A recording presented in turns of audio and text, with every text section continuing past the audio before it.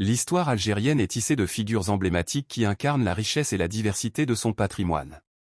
Parmi elles, Koseila, roi et guerrier berbère du 7e siècle, se distingue comme un symbole de résistance et de fierté amazigh. Cependant, un événement récent concernant l'installation et le retrait rapide de sa statue dans la commune de Boumama, située dans la wilaya de Kanchala, a ravivé les débats sur l'identité berbère et la reconnaissance de son héritage dans le paysage public national.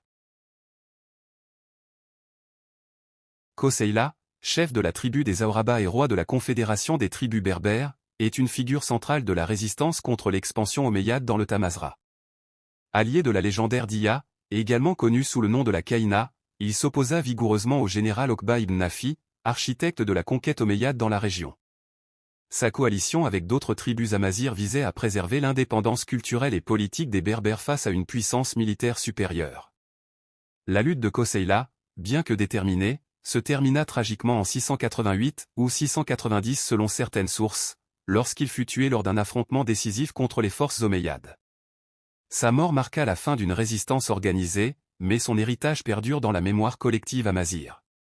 Koseila incarne l'attachement profond des Berbères à leur terre, leur langue et leurs traditions, et reste une source d'inspiration pour les générations futures cherchant à préserver leur identité culturelle. Le 4 décembre 2024, une statue représentant Koseila a été érigée dans la commune de Boumama, située dans la wilaya de Kanchala, symbolisant un hommage public à ce roi et guerrier berbère. Cette installation, réalisée avec une posture héroïque du roi à cheval, avait pour objectif de célébrer la résistance amazigh et de renforcer la reconnaissance de l'héritage berbère dans le paysage urbain.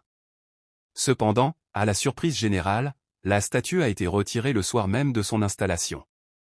Cet acte rapide et discret a suscité de nombreuses interrogations parmi les habitants et les défenseurs de la culture amazigh. Pourquoi une figure aussi emblématique a-t-elle été effacée de l'espace public en moins de 24 heures? Les spéculations vont des problèmes administratifs à une possible opposition politique ou idéologique, en passant par des sensibilités sociales et religieuses liées à l'histoire omeyyade. Tension entre mémoire historique et politique contemporaine. Le retrait de la statue de Koseila n'est pas un incident isolé, mais plutôt le reflet des tensions persistantes entre la reconnaissance de l'identité amazigh et les dynamiques politiques actuelles en Algérie. Bien que des avancées notables aient été réalisées, notamment la reconnaissance de la langue tamazight comme langue nationale et officielle en 2016, l'intégration complète de l'héritage berbère dans le récit national reste un défi. Cet événement souligne la difficulté à concilier une mémoire collective inclusive avec des réalités politiques et sociales parfois réfractaires à la reconnaissance de certaines identités. Pour beaucoup, Koseila est bien plus qu'un simple personnage historique, il représente la lutte pour la préservation culturelle et l'autodétermination des Berbères. Son effacement symbolique pourrait être perçu comme une tentative de marginalisation de cette lutte, alimentant ainsi un sentiment de frustration et de rejet parmi les communautés amazighes. Les monuments et statues jouent un rôle crucial dans la construction et la manifestation de l'identité nationale. Ils sont des témoins silencieux de l'histoire, des marqueurs de mémoire collective et des symboles de valeurs partagées. L'installation de la statue de Koseila aurait pu être un pas significatif vers une réconciliation avec le passé amazigh, affirmant leur place légitime dans le récit national. Cependant, son retrait soulève des questions fondamentales. Pourquoi certains symboles historiques sont-ils célébrés tandis que d'autres sont rapidement effacés? Cela peut refléter une hiérarchisation des récits historiques, où certaines histoires sont privilégiées au détriment d'autres, souvent en fonction des dynamiques politiques et sociales en place. Pour une nation diverse comme l'Algérie, il est essentiel de reconnaître et de valoriser toutes les facettes de son passé pour promouvoir une identité nationale inclusive et harmonieuse. Le retrait de la statue de Koseila a provoqué diverses réactions au sein de la société algérienne. Les communautés amazighes ont exprimé leur déception et leur frustration, voyant dans cet acte une tentative de minimiser leur contribution historique et culturelle.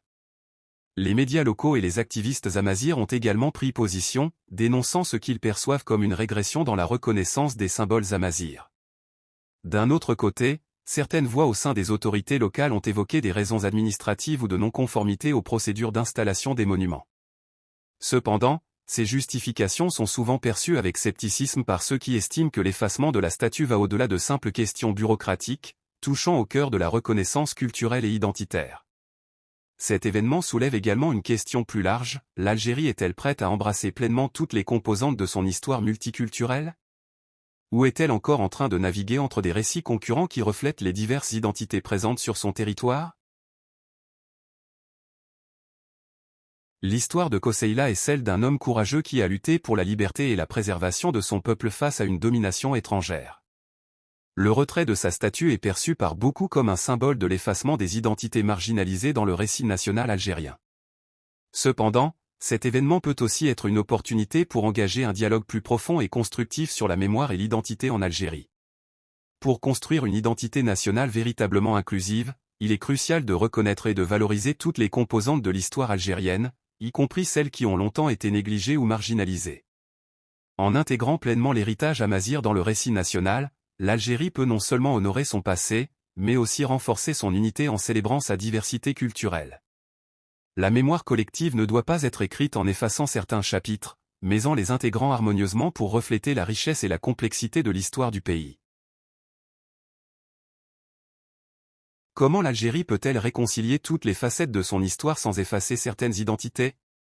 La réponse réside peut-être dans une approche plus inclusive et dialoguée de la construction de la mémoire nationale, où chaque communauté trouve sa place et voit son héritage reconnu et célébré.